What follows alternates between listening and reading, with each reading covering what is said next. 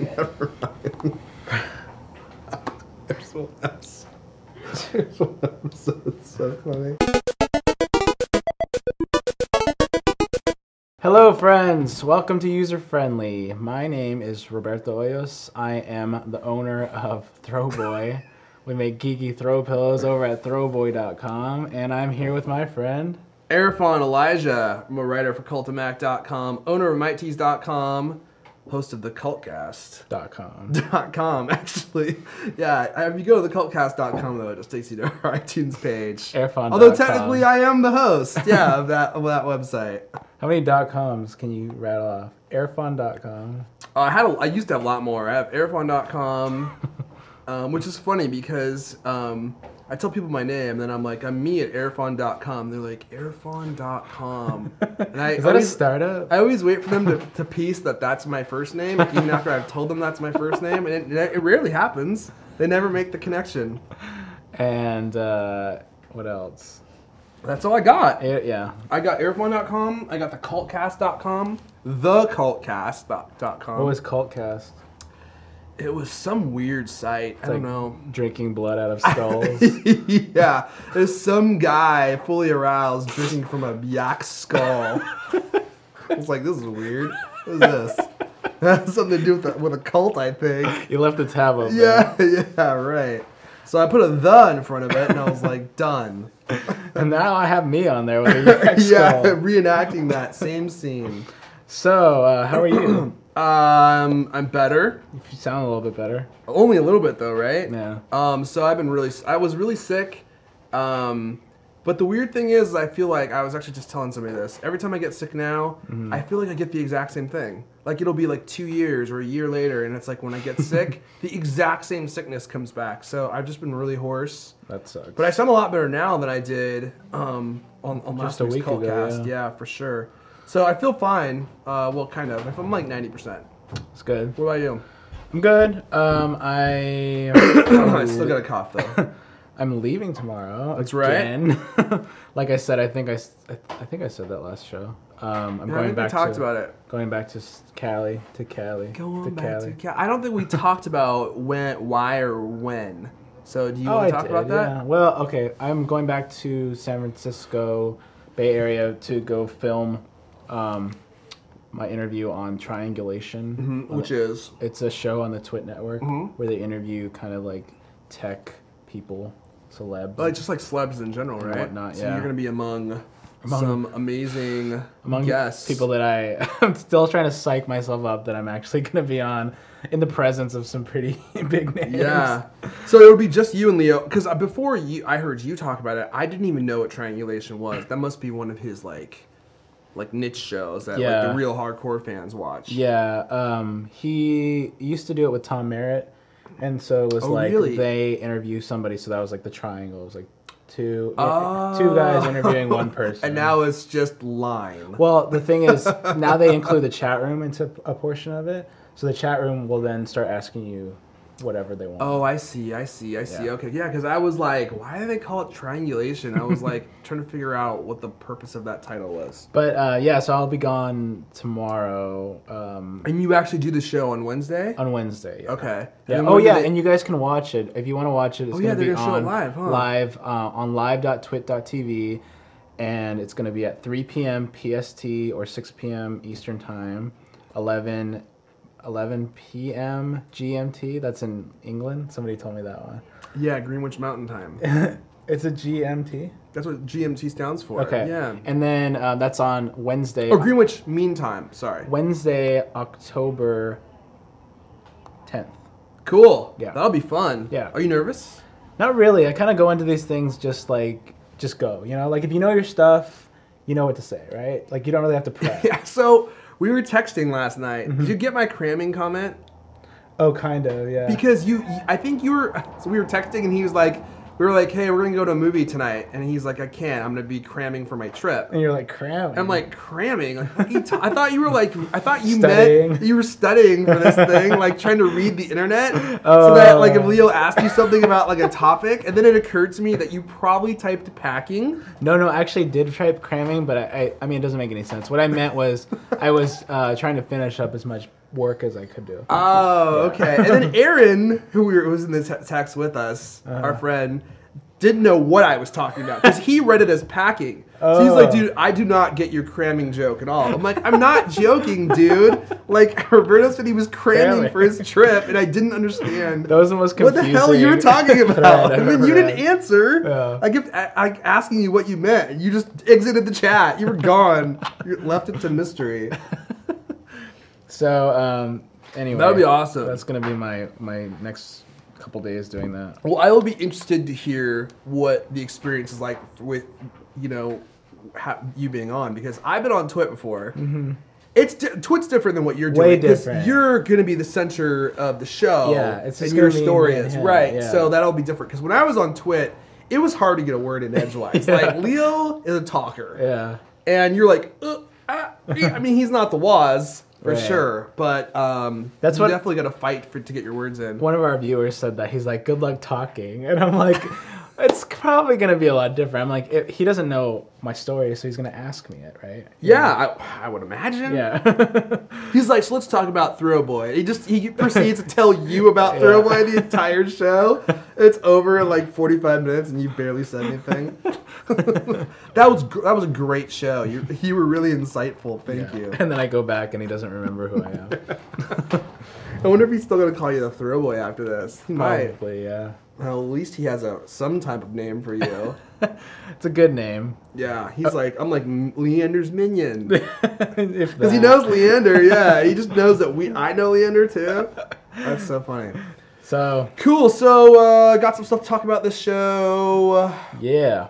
We're kind of picking up where we left off last show. We kind of wanted to elaborate on the Kickstarter culture because you read a piece on TechCrunch. Yeah. That talked about Lockatron, which was that cool gadget that you can install on your door. Right. That interacts with your iPhone and lets you unlock and lock your door. And we talked about it last show, and since then it's raised $1.6 million. Wow, it was at 800,000, wasn't it? Yeah, about 800,000. And they had, I think, 6,400 backers when I last looked, and now they're at almost 11,000 backers. Mm-hmm. And now they said their first batch is already spoken for, sold out. So now they're on their second batch, which will ship in May. Wow. So they already had a batch. So this is interesting. So they must have already had a batch ordered. I would think that what it meant was like they probably had a minimum or something like that, and they said. Because why wouldn't they just increase the size of the first batch? Like it's like, oh hey, we're ordering 1 million more now. Yeah, maybe it's just manpower. I mean, like, do you have enough bodies to ship that many things all at once? Probably not. True. Then you'd be like, we should stagger this a little. I would, Right. Like if you didn't stagger it and you just said, just keep them coming, then the people would get them in like freaking next year or sometime, Yeah, it's true. That'd be worse, yeah, that's a good point, because like they're gonna be shipped first come first serve. Yeah, it'd be right? like next summer you'll get your Lockatron because we don't have enough manpower. Right, but you're still in the first first unending batch ever. Yeah. It's like it never ends. Mm-hmm. Got it. So that would be my because I mean, why else would you have a cap at 150,000? You probably needed maybe like, let's say 120,000 to fund to fund the batch, right? Right. And then you have some money, like a little bit of leeway money for other things, right? Yeah, because I mean, these things are probably costing them, who knows, like $40 to make, wouldn't you say? I mean, maybe more, maybe 50. Yeah, probably. I don't know. I don't know much about hardware. I don't either. So that could be totally wrong or totally right. I have no idea. Yeah. But like they're charging $150 for them. So my guess is they're at least making half. That would be profit. I mean, right? that's the goal, right? To make at least half, and right? to have these be $70. I mean, the biggest expense is probably software. To run this and to run the phone. But it wouldn't surprise. These guys seem pretty scrappy. It wouldn't surprise me if they are not paying themselves and like writing all this software, just yeah, probably. on coffee, Mm-hmm. and then they show like one of them is actually a hardware engineer. It seems like because they were soldering it, and right? Stuff, So yeah, they're probably doing all the design themselves. Yeah. So that actually takes a lot of expense away, just the sweat. You know what I mean? Like just doing it on your own. Yeah. So that's why I was that's why I looked back and I was like, wow, 150,000 sounds actually pretty small now that I look at it. So, yeah, now they have 24 days left to fund this. But and we wanted to talk about like kind of like the larger things. Like the point of the TechCrunch article was the fact that they had left behind Kickstarter because Kickstarter rejected them, and then done their own page where they could raise funds. And you and I, both having run businesses, have talked about this model before. Yeah. And you've actually used this model also because you're like, this isn't exactly a new thing. And I'm like, it kind of seems new. Yeah.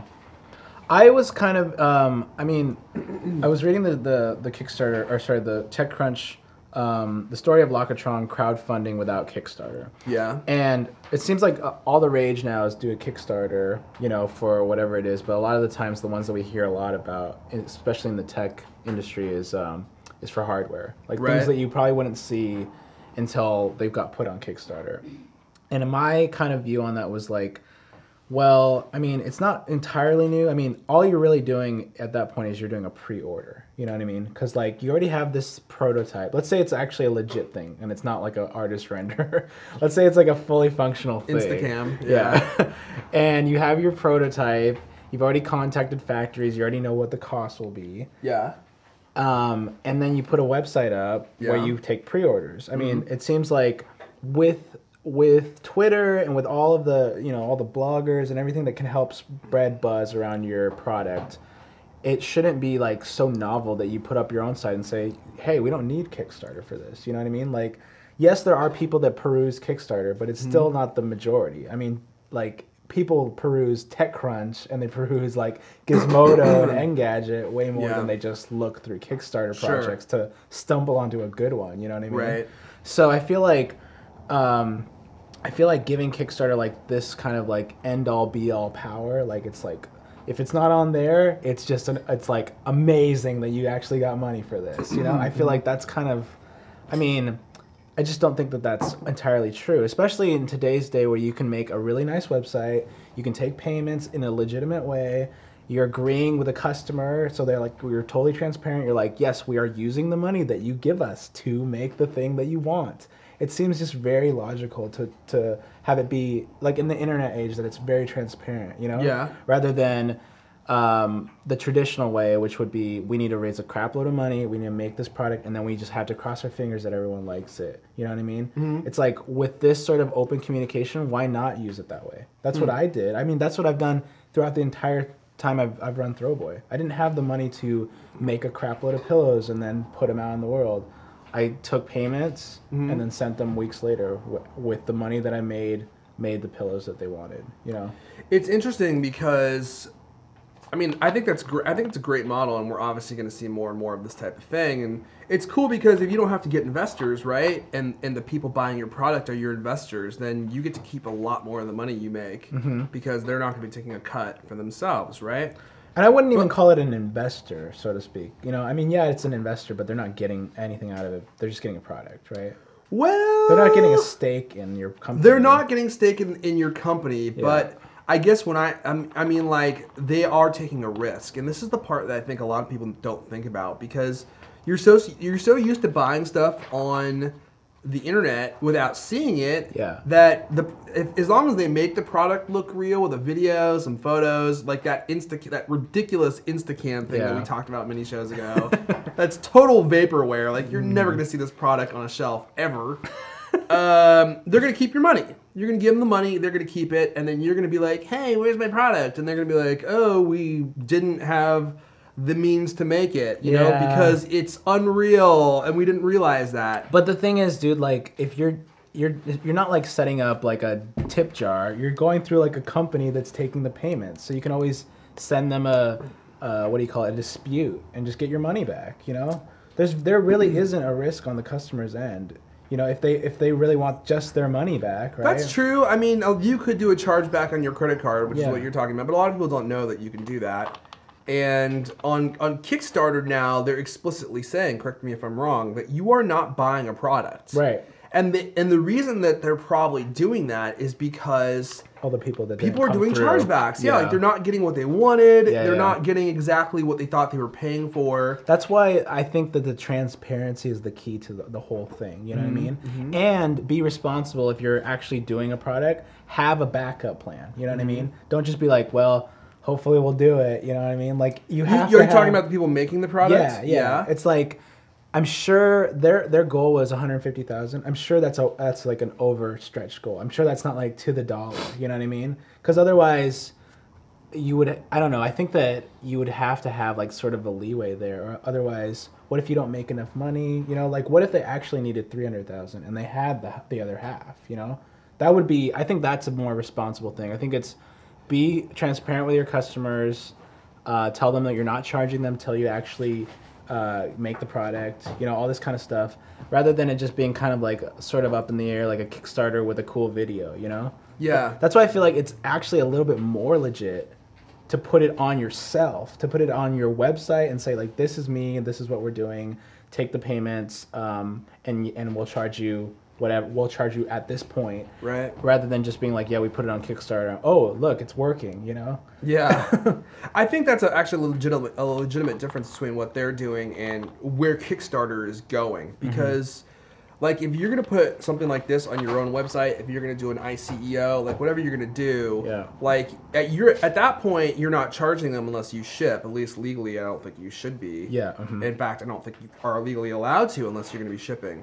But Kickstarter, you know, they charge your card once the project gets funded, which is a whole new thing. And at that point, I mean, the project has been funded, but that doesn't necessarily mean you're going to get anything for it. And that's what they're trying to change, right? Like, that's probably why they're moving away from products. And they churn down the Lockatron, even though it looks like a great idea. Yeah. Because they're like, we want bands to fund their albums. We want people to fund their ideas and their... you know, whatever, maybe projects that they have in their minds, but they don't really know where they're going with it, or it's kind of not a sure thing. Yeah. And so they're pointing out to people, like, you may give your money, but you need to realize you're giving your money to support this project. You may not get anything in return. Exactly. And it was turning into, like, another shopping mall, like an online mall, right? It's like, oh, I want one of those products. Yeah. Oh, it's discounted because it's new? I'll take 2 of those, right? Yeah, totally, yeah. Like the Instacam. How many times can I work that example into the story? I think it's called the social something. I forgot what it was called. I call it the dream Social-matic or something. Because if you get one, it will only be in one of your dreams. Social-matic. Wasn't that what it's called? I think it might have been called that. I don't know. I think that another point I saw was there was an iPhone dock that was funded on Kickstarter, and it was like said the best iPhone dock or something. It's called the Elevation Dock Plus, and then it comes out, and they take so long to produce it. Right. And they're still shipping out like their first batch. The iPhone 5 comes out, and it's incompatible with it. Oh, man. So that kind of thing. I mean, can we film this on your phone? Yeah. Where's my phone? It's right here. So this is I just found the little video, the Kickstarter video for this product. I love how fast my iPhone 5 camera is ready. Here, let's check this out. Yeah, there you go. This good? Yep. Okay.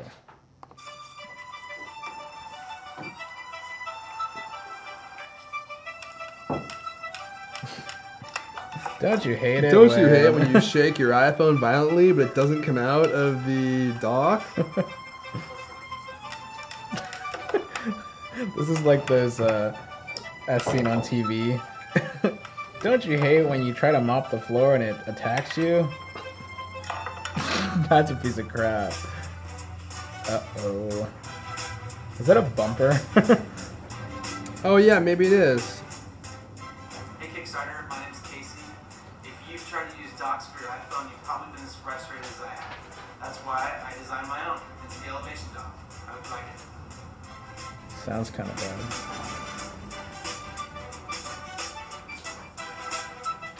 I don't think we have to watch the whole thing. Yeah, cool. Same way Apple's type. Unlike Apple's docks, this one's designed to work with or without a case, and the support pad can be flipped around to fit thicker, thin ones. It's perfect for your stereo, especially with the line level audio output. Yeah, that's rough, dude. I mean, what if you did that and you?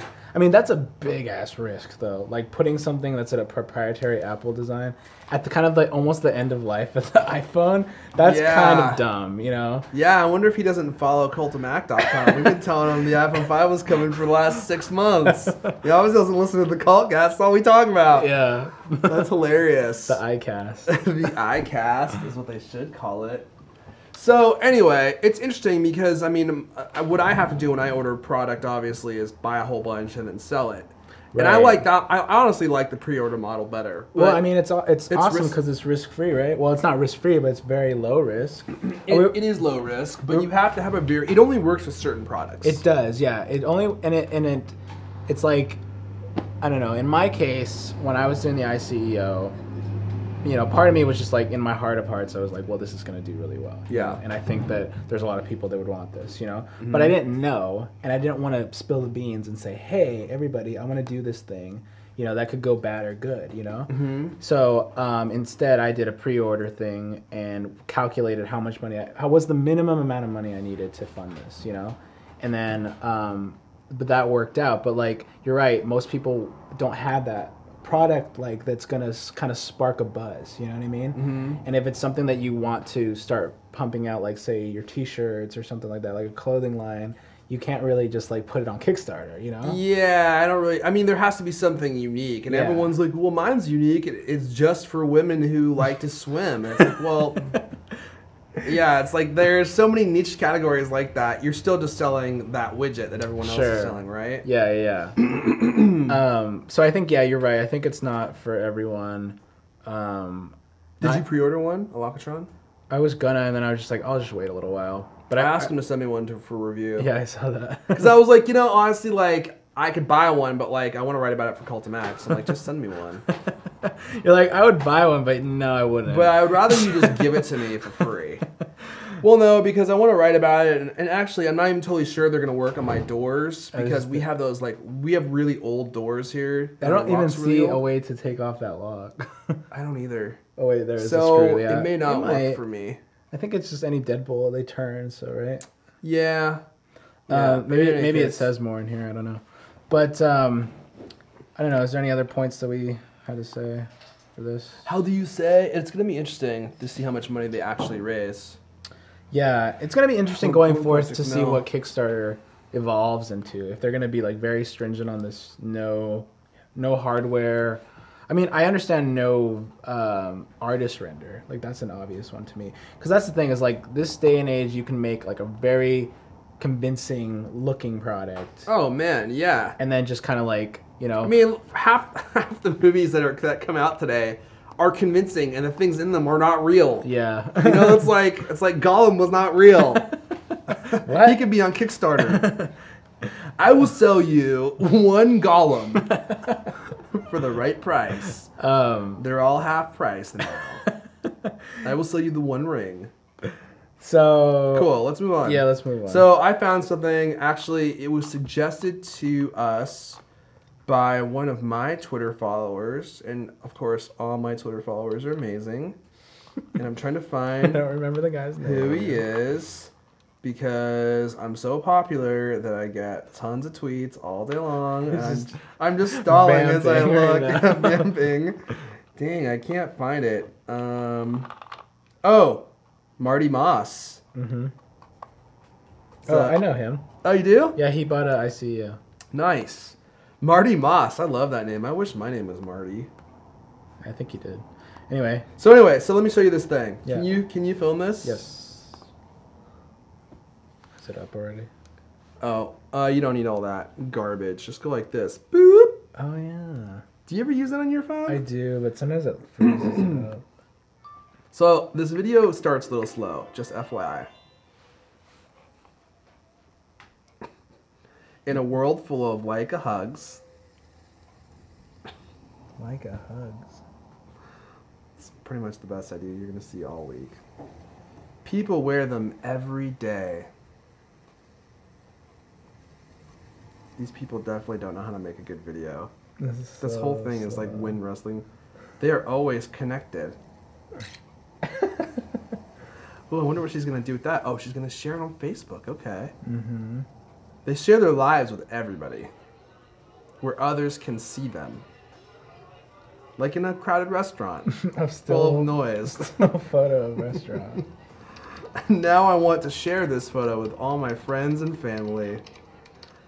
I see like them. Promise me it's worth the wait. I promise you it's worth the wait. Very interesting clothing. The sharing interface exists. We have the technology. And a light hug makes it so much better when a hug is received. This is an app. The recipient can identify who the sender is and hug him back.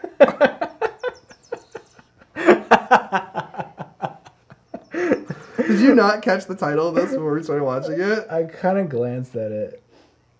Is that it? I want one of these so bad. The Like a Hug.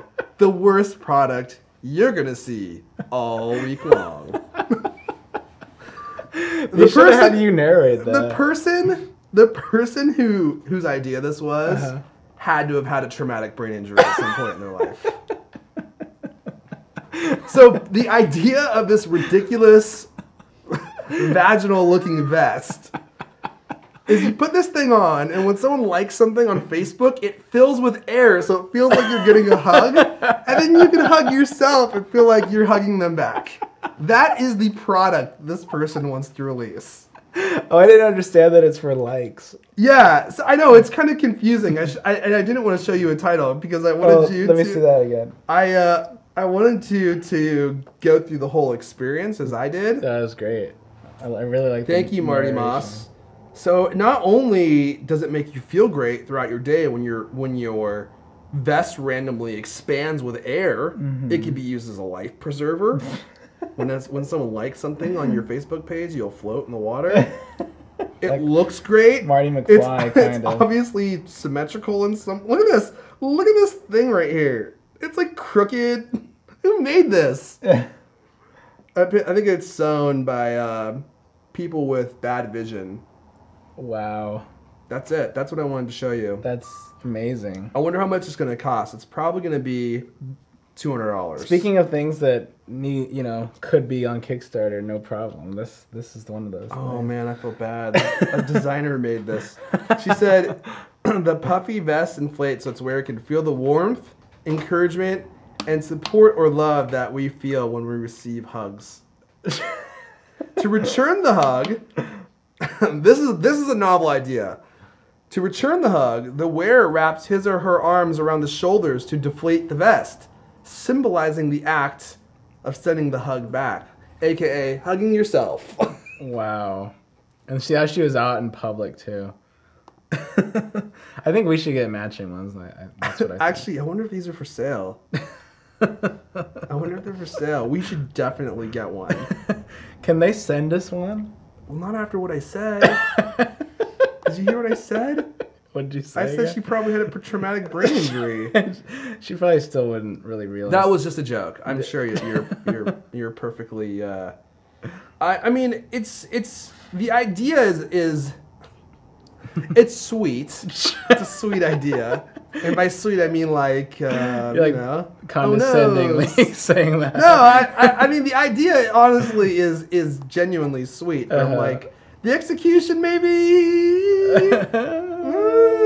Inflatable vest that inflates when someone likes something on your page. I don't know. Someone likes something on your page.